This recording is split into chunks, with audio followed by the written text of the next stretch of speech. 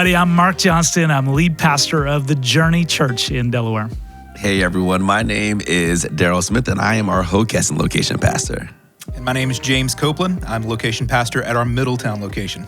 So thank you guys for clicking on today. We are going to be doing a deep dive over the next few minutes into some of the most watched weekend messages at our church in 2023. So we're going to talk about money, and we're going to talk about how the Holy Spirit empowers us to live a meaningful life. And then last but not least, we're going to talk about this crazy thing where grief can actually be good. So buckle up, enjoy the ride. We'll watch a clip, and then we're going to talk about it a little bit. It'll be fun. Sounds good. Let's do it. Some of us think money changes people because we've seen people change based on their financial status. But money does not change people. Money reveals people. Money actually doesn't have the power. Money's just a thing. It doesn't, in and of itself, it doesn't have any power. It can't change anyone. But you know what money can do? It can go, hey, you've got this thing that you've never shown anybody down inside, and I've got the key to that door. I'm letting it out. And then, we get to see, this is what's really going on. So on those days when I was struggling to trust God, when we didn't have very much, money, or the lack of it, was revealing the lack of trust in my life. When I started being like, let's buy, we've got some money now. Nothing wrong with buying, by the way. But we were starting to do it let's make up for the fact that for so long we didn't have. In other words, we started finding security somewhere else other than in God. It's like a second spatula. That's going to make us feel secure. So money just reveals people. Now, so keep that idea in your mind, and then here's what I want you to know. It's very important. Jesus is not telling truly impoverished people not to worry.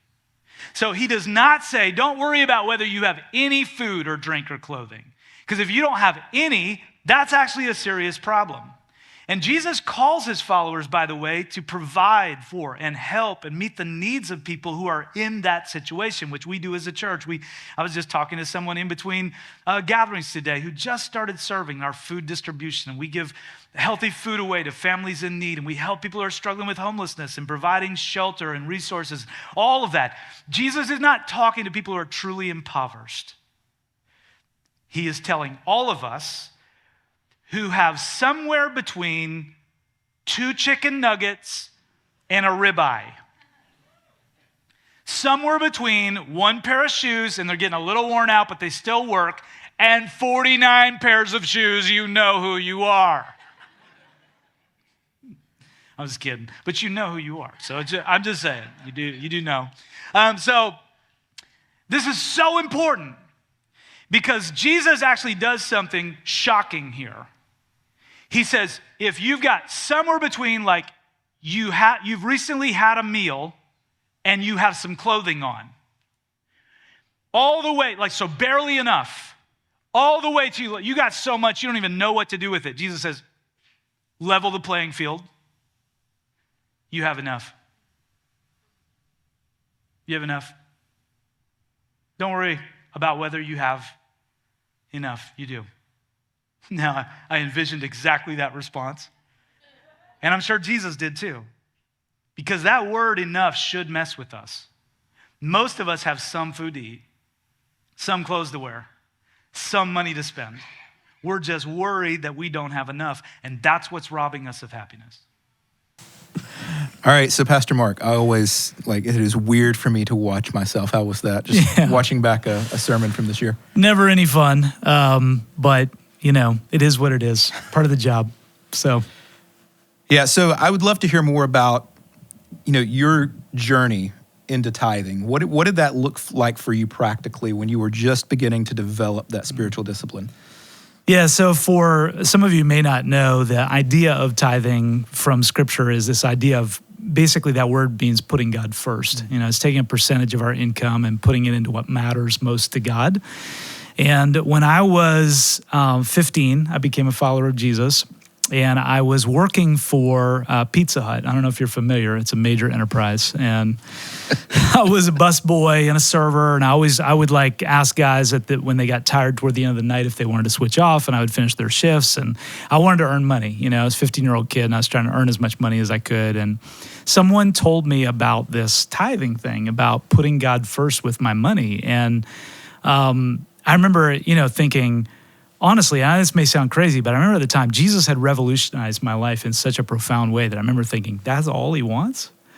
And of course, I didn't have a mortgage to pay, and my parents took care of that. But I remember thinking, that's easy. Like, I can give 10% of what I make toward what matters to God. He's changed my life. Why wouldn't I do that? Yeah.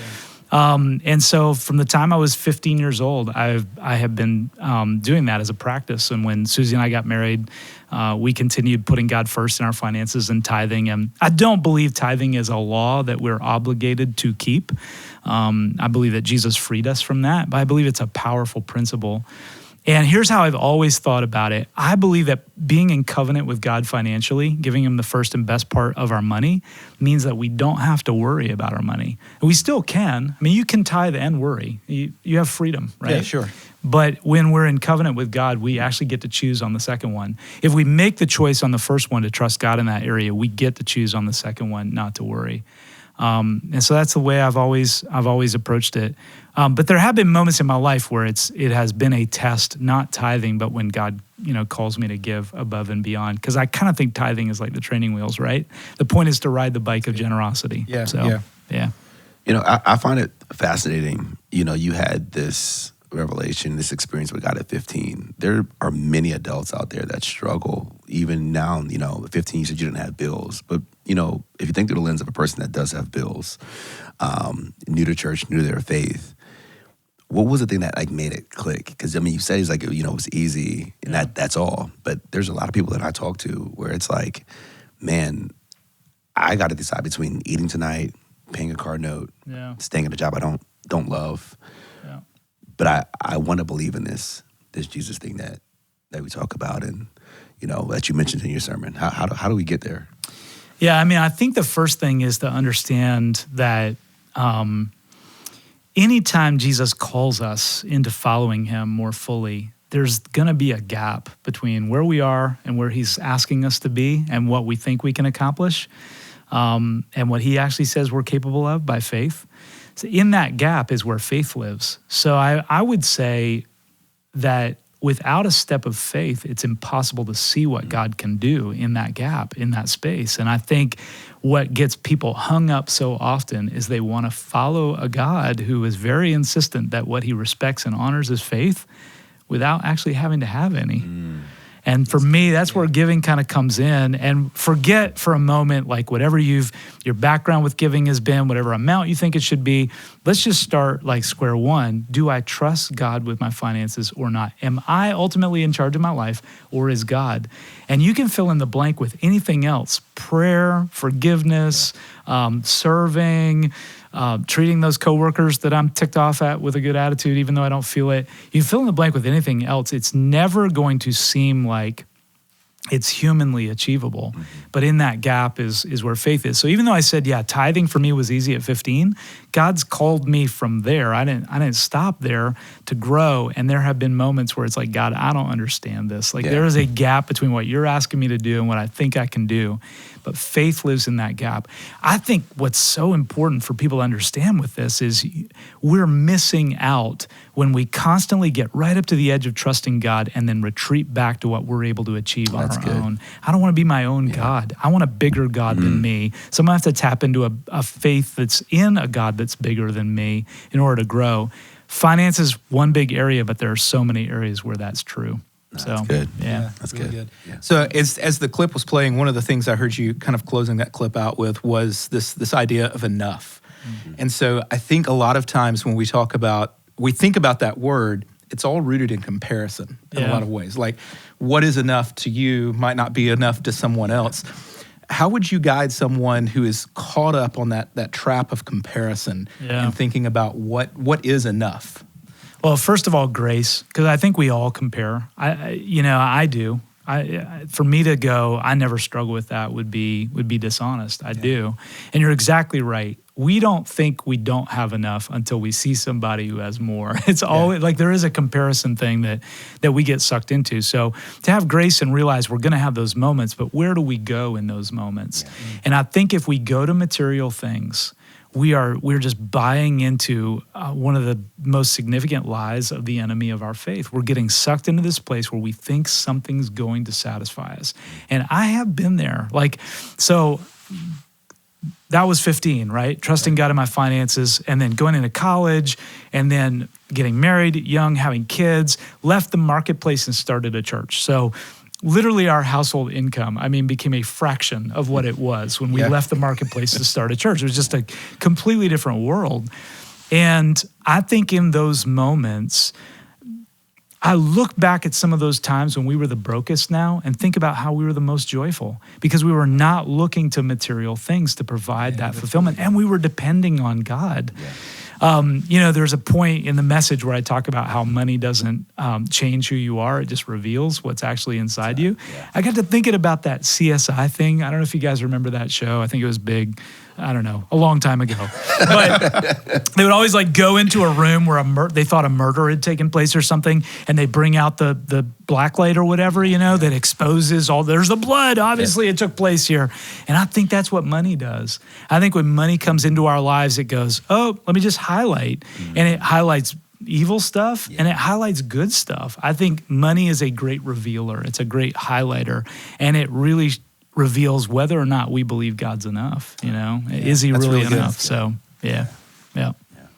So this summer in August, we did a series called Empowered that talks a lot about how the Holy Spirit wants to really empower us into serving in ways that a lot of times I don't even think we fully understand. So you guys check out this clip real quick.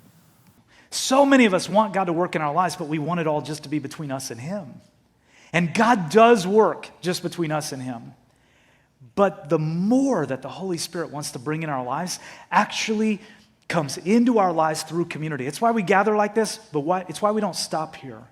We connect in J groups, small groups of people doing life together. We'll start another semester in a few weeks in the fall.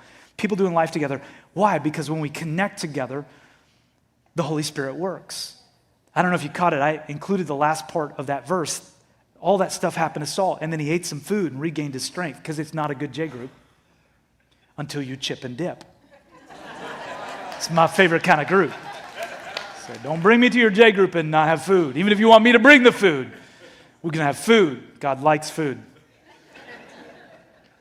When we are doing life with other people, let me put it this way. God reveals his best whats through a few who's. I'm going to say that again because I didn't say it quite right. I've been talking a lot this weekend. I'm just telling you. God reveals his best whats through a few who's that he brings into our world that we're doing life with and we're serving for the same cause together with.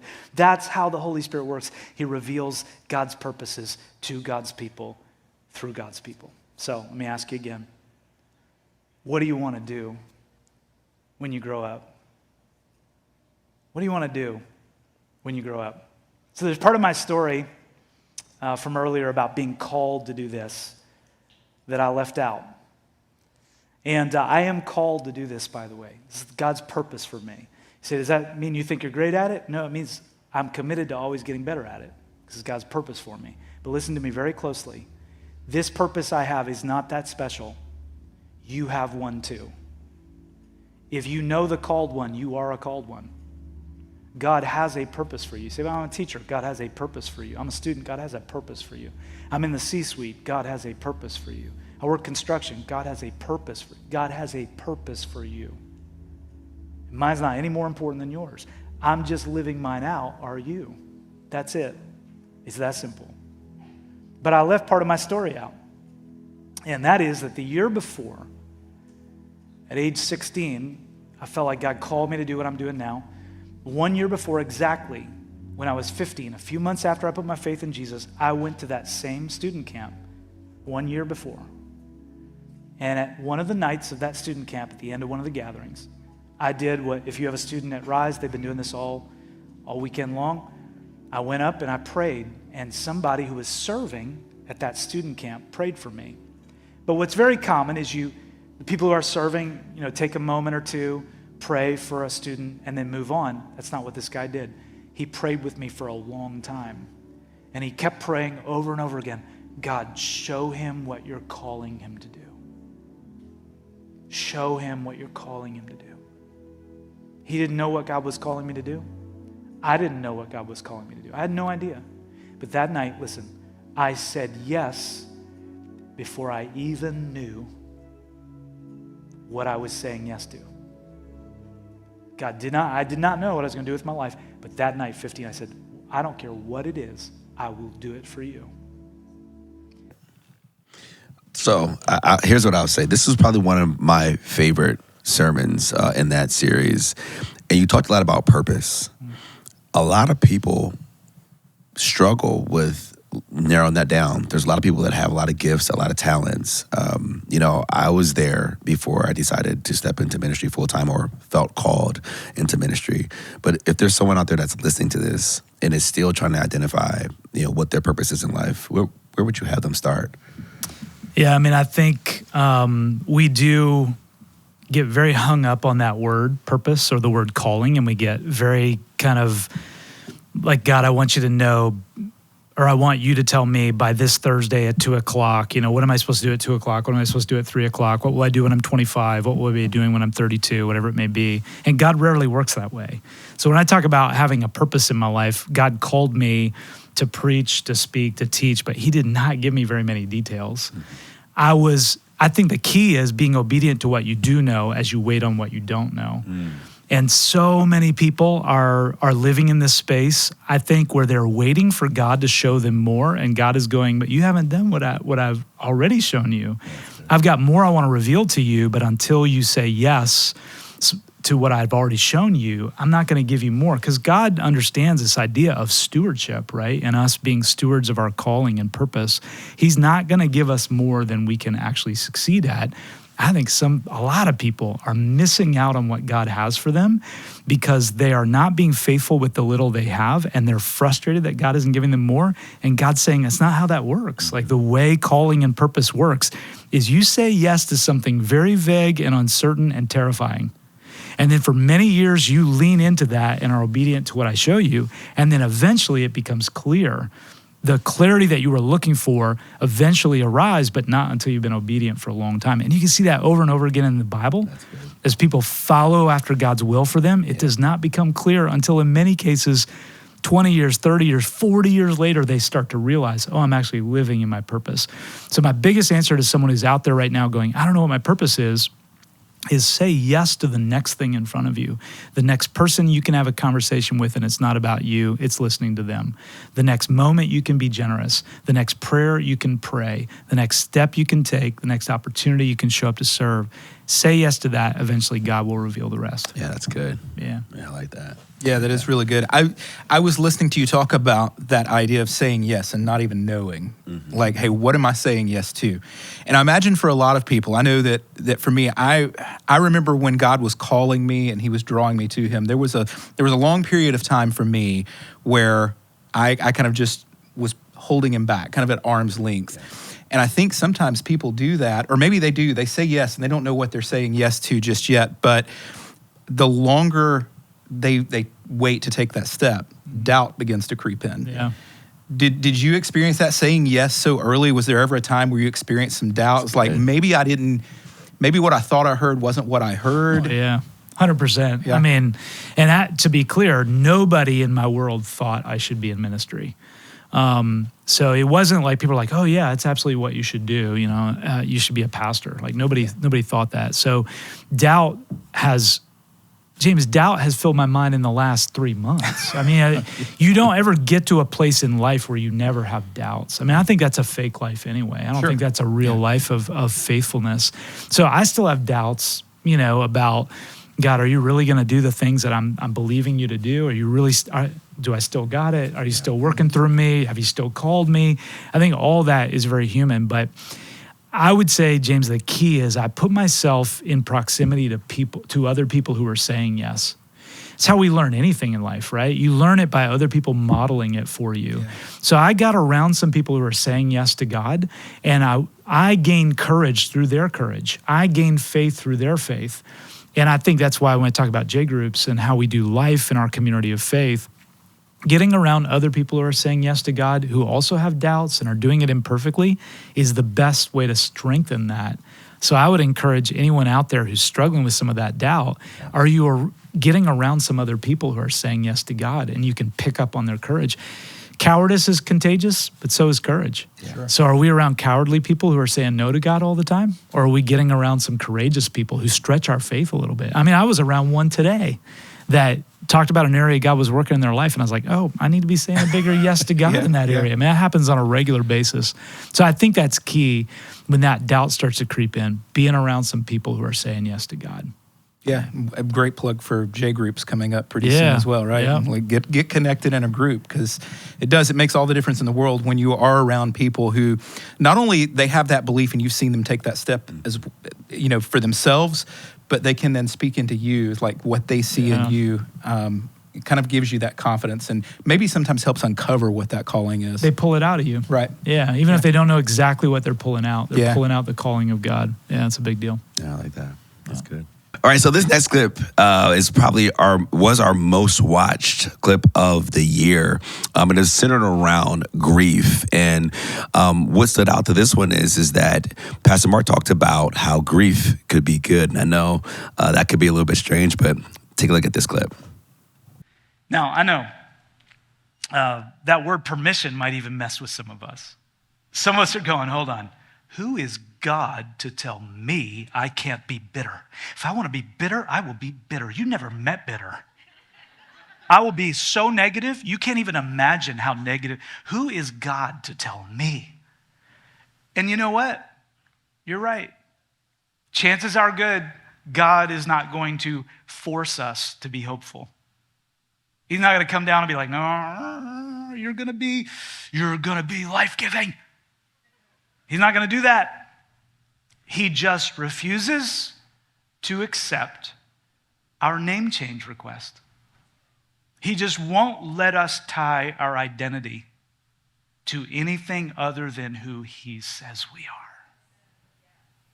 He's really insistent about it. You say, well, why? Why is God so insistent about that? Because he doesn't see our stories the same way we do. We see our lives as the sum of everything that's happened to us or around us up until now. And we can't see anything else. That's our limited perspective. God sees our lives as the sum of everything he has planned for us from beginning to end. So for God, our grief isn't the end. It can't be. It's part of the path toward what is good. All things work together for the good of those who love God and are called according to his purpose for them. All things.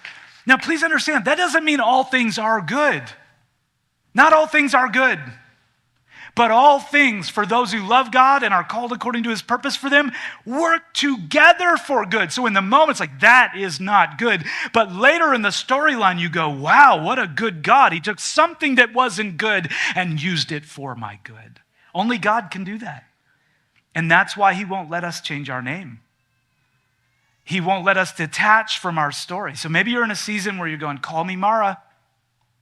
I'm about to graduate in a few weeks and I have no idea what to do next, and I'm so anxious and so depressed. And call me Mara, the divorce was too much to get past.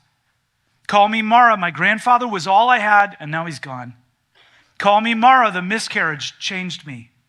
Call me Mara, my kid won't talk to me, or my parents won't talk to each other, or my girlfriend walked out. Call me Mara, because all I can see of my story is what hasn't happened the way I hoped.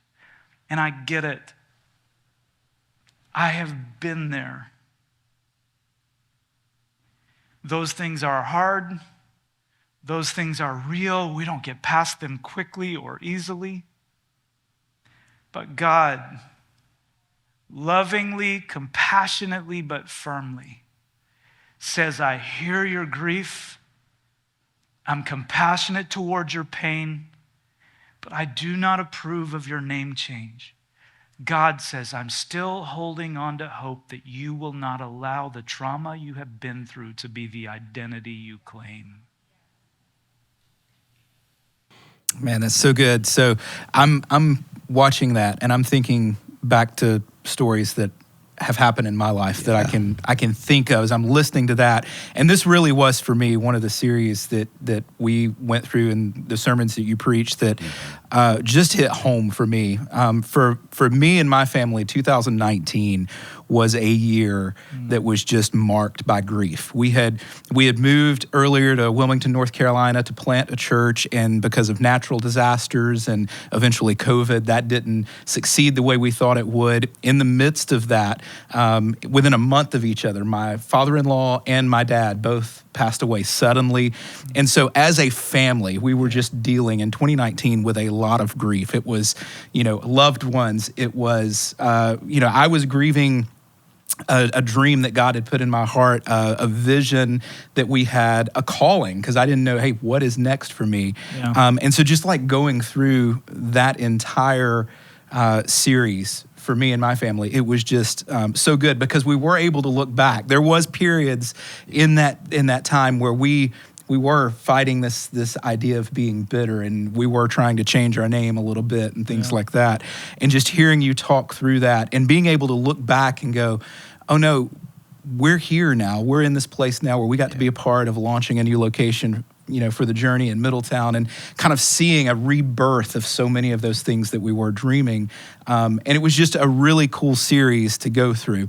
But I think what I would love, and I hope that everyone else would love it too, is to hear from you, Pastor Mark, and even from you, Pastor Daryl, as to like, what are some of those things that you can look back on and go, hey, this was a time where maybe I was trying to change my name in grief. I was bitter or whatever. But now looking back and seeing that story, you can see that, hey, God had a plan and a purpose the whole way, and grief ended up being a good thing on the other side. Good.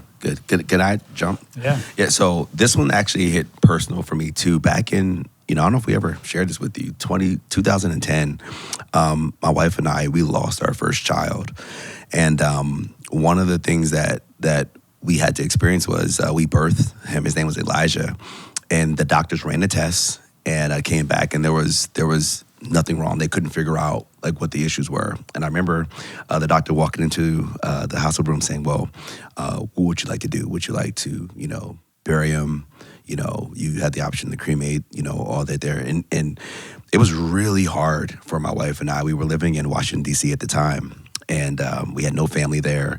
And I remember just sitting in that room and just seeing a look on her face. And, this is after we had the baby shower in Delaware, and we had one in Maryland. And the thought of going home to, an empty room that we were excited about, and him not being there was a dark time. And I remember my wife and I, we were angry with God. I mean, we were in church. I know we were giving, we were serving, we were doing all the things that we felt like you should be doing as good Christians, and to not have an answer was very difficult for us. I remember we packed up and we went home and just stayed with our parents. I cried maybe 2-3 months. It felt like it was just nonstop. And I did not see the good in it at the time. And then I would say it might have been the summer of August, my wife found out that she was pregnant with twins.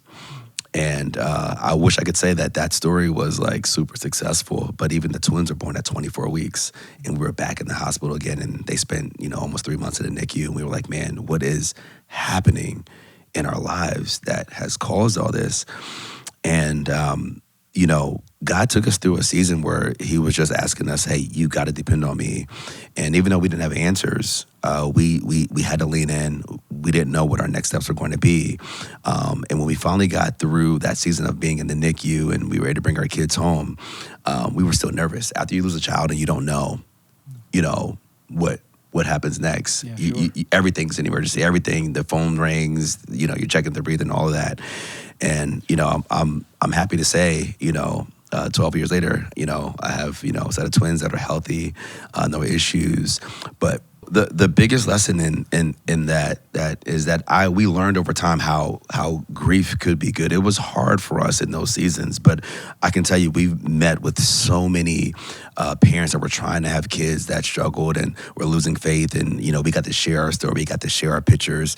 And then we got to, share our kids. And, here we are, 13 years later, and we have, a set of twins and an 11-year-old. And so that's just a short story of how God turned a tragedy into grief that Aaron and I went through to a season where we were able to bless and really encourage a lot of people that, had stillbirths or, had situations where they lost their kids at a young age. And so this series really hit home for me. So Yeah, it's really powerful.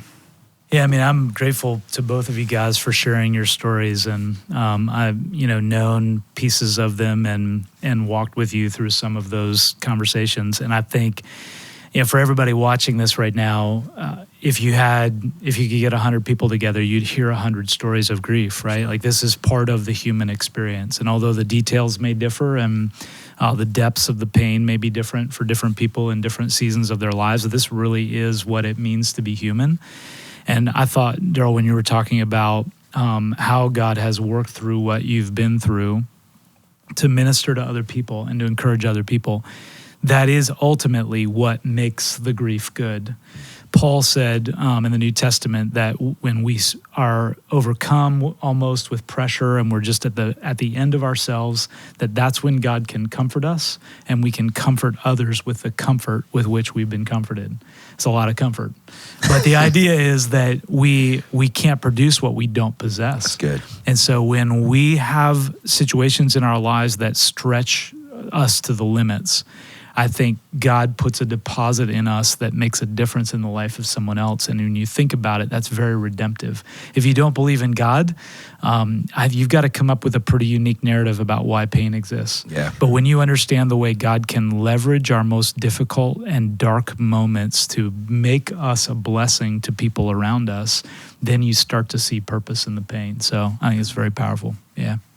Yeah, well, that was such a powerful series, and it blessed so many people. And so, Pastor James and Pastor Mark, I'm so glad we got the opportunity to really dig into these messages. Yeah, it's been fun. And I think, for all of you who are maybe in a season of your life as we get into the new year where you're looking to go deeper in your faith, we are kicking off a brand new series. First weekend of January, called Beyond the Surface. You're going to want to check it out and gather with us at one of our in-person locations, Middletown, Newark, Hockessin, or watch us online if you're outside of our region. But I want to encourage you to subscribe to this channel. You get to see more of us. So that's kind of a cool thing, right? Yeah, I think so. So have a great rest of your day and enjoy the journey.